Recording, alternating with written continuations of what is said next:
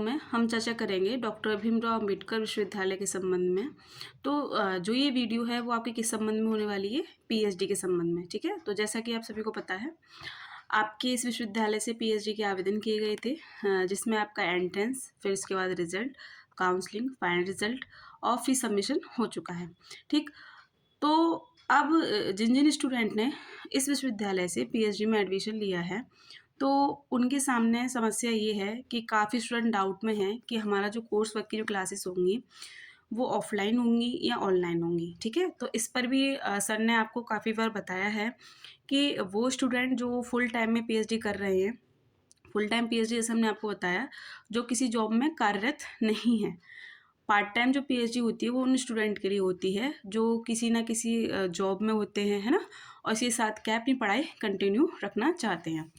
तो बात करें 2022 के सत्र की, तो उस समय क्या था कि जिन स्टूडेंट की कोई जॉब नहीं थी तो उनकी जो क्लासेस थी ऑफलाइन देखने को मिली थी।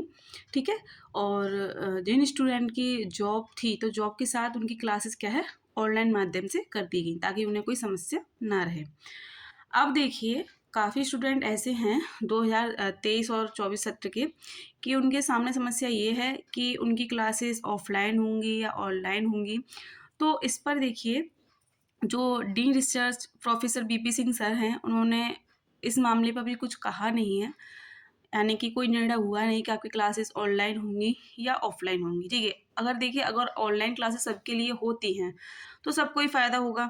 ठीक है, अगर सिर्फ ऑनलाइन क्लासेस उन स्टूडेंट के लिए हैं जिन्होंने पार्ट टाइम में भरा है, तो फुल टाइम में जिन्होंने पीएचडी के लिए फॉर्म फिल किया है या जिनका एडमिशन हुआ है, तो उन्हें ऑफलाइन क्लासेस लेनी पड़ेंगी, क्योंकि जो आपकी उपस्थिति है प्री पीएचडी कोर्स वर्क में कितनी है, 75% चाहिए होती है। क्योंकि जब आप एग्ज़ाम देंगे तो अगर आपकी इतनी उपस्थिति नहीं होगी तो आपको एग्ज़ाम में बैठने नहीं दिया जाएगा, है ना।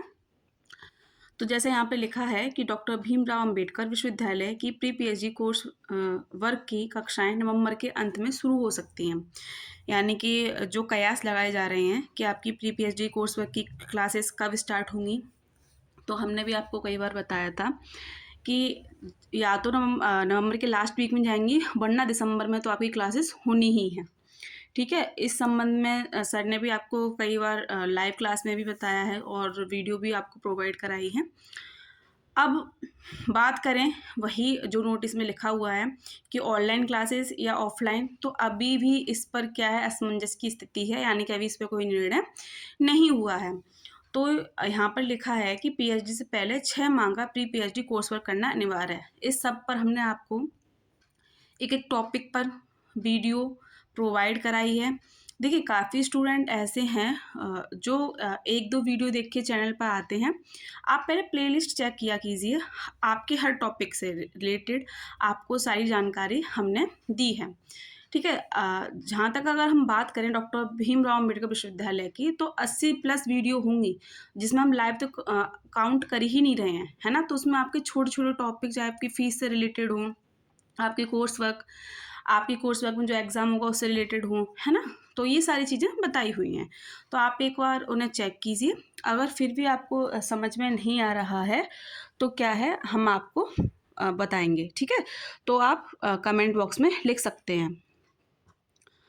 तो इसमें लिखा है कि उच्च शिक्षा निदेशालय ने कक्षाओं की पूरी प्रक्रिया ऑनलाइन कराने की बात कही है, मगर इस संबंध में लिखित नोटिफिकेशन जारी नहीं हुआ है। देखिए, सिर्फ बात कही गई है, कोई ऑफिशियल नोटिस नहीं आया है। जब तक कोई ऑफिशियल नोटिस नहीं आता है तब तक वो कार्य प्रावधान में नहीं आएगा, ये आपको पता होना चाहिए। ठीक है, तो अगर ये लिखित रूप में मिल जाता है तो शायद गुंजाइश है कि आपका ऑनलाइन हो। वैसे कयास यही लगाए जा रहे हैं, जैसे 2022 का सत्र हुआ, उससे पहले के सत्र हुए प्री पीएचडी कोर्स वर्क की, तो उन स्टूडेंट की ऑफलाइन क्लासेस रहती हैं जिनकी जॉब नहीं है और उन्हें आना आवश्यक है। ठीक है, अब देखिए, कुछ स्टूडेंट ऐसे भी हैं जिन्हें ये लगता है कि अगर कोर्स वर्क में 75% की उपस्थिति थोड़ी बहुत कमी हो तो ऐसा कुछ रहेगा नहीं, है ना, ज़्यादा सख्ती नहीं दिखाई जाती है। तो आपको बता दें कि हमारे से पहले वाला जो सत्र था उसमें एक स्टूडेंट की उपस्थिति बहुत कम थी, तो उन्हें एग्ज़ाम में बैठने नहीं दिया गया, है ना? तो उन्हें एग्ज़ाम में बैठने नहीं दिया गया।